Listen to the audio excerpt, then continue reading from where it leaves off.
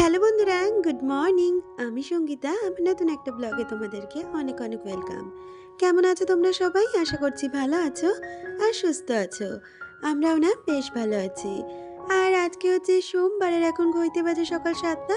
তোমাদেরকে সাথে নিয়ে আজকের ব্লগটা এখান থেকেই শুরু করছি। আই হোপ ব্লগটা ভালো লাগবে। আজকে সোমবার, তাই একটু সকাল সকালই বাসি কাজগুলো সারতে হয়েছে, কারণ যেহেতু ছেলের স্কুল রয়েছে।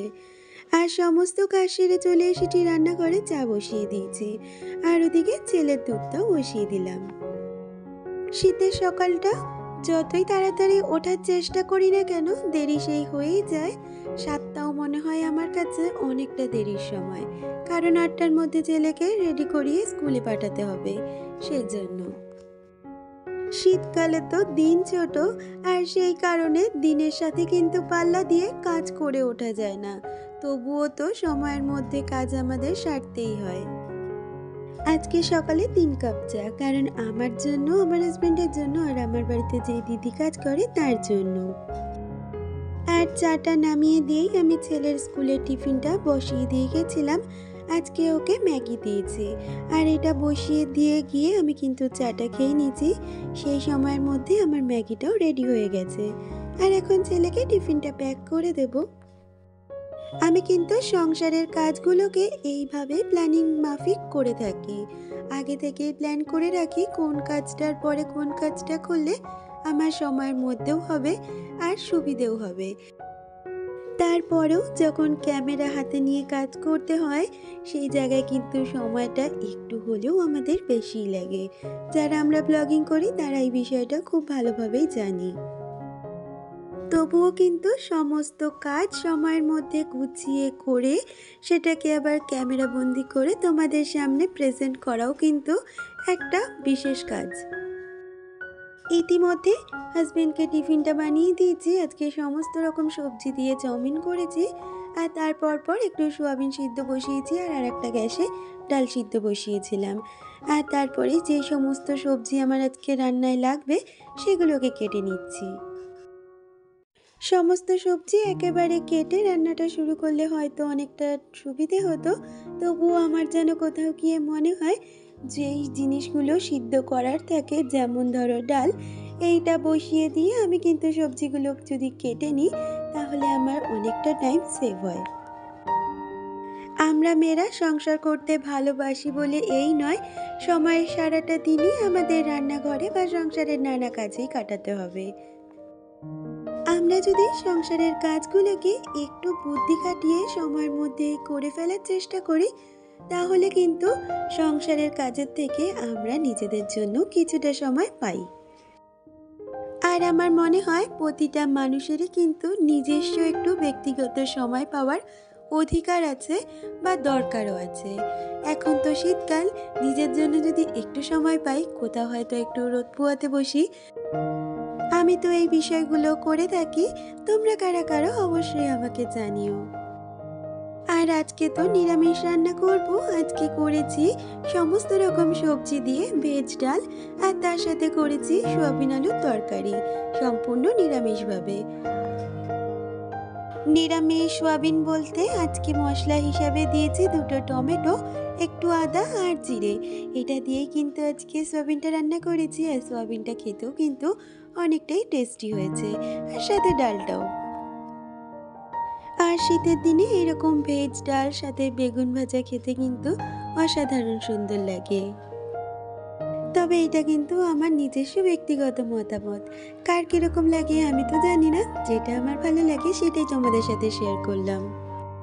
এদিকে তো সমস্ত মশলা দিয়ে সোয়াবিনটা ভালো করে কষিয়ে নিচ্ছি, আর তার সাথে চলো তোমাদের কিছু প্রশ্নেরও উত্তর দিয়ে দেবো। একজন দিদি আমার কাছে জিজ্ঞেস করেছিলে এসইও ব্যাপারটা কি, এসইও নিয়ে তুমি যদি কিছু বলো।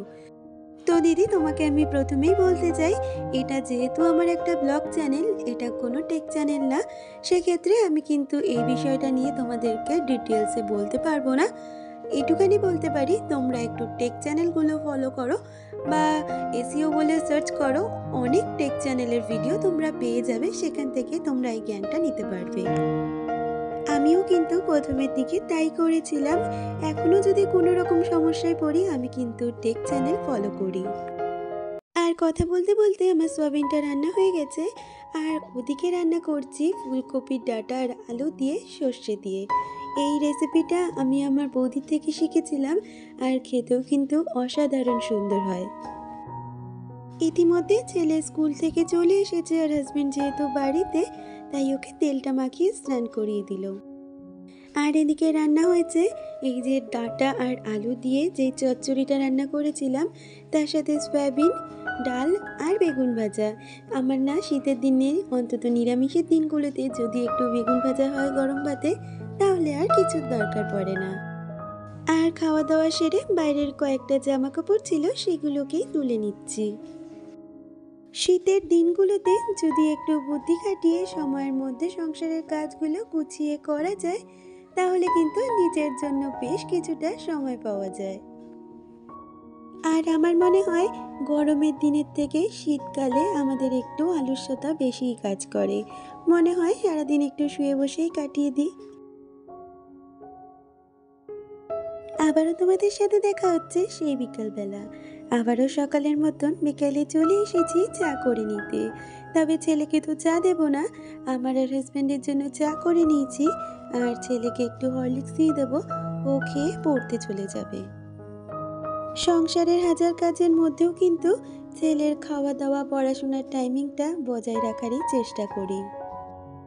আজকে আবারও হাজবেন্ড বলল রাত্রিবেলা চলো কাঠের জালে একটু খিচুড়ি বানাই, তো তারই কিন্তু প্রস্তুতি চলছে।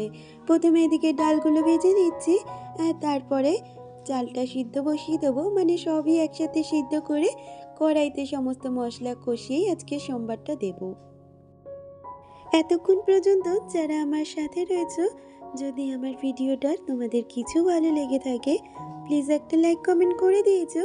আর আমার চ্যানেলের নতুন বন্ধু হয়ে থাকলে চ্যানেলটাকে যদি সাবস্ক্রাইব না করে থাকো, চ্যানেলটা সাবস্ক্রাইব করার অনুরোধ রইল। আর যারা আগে থেকে চ্যানেলটা সাবস্ক্রাইব করে রেখেছো, তাদেরকে অসংখ্য ধন্যবাদ।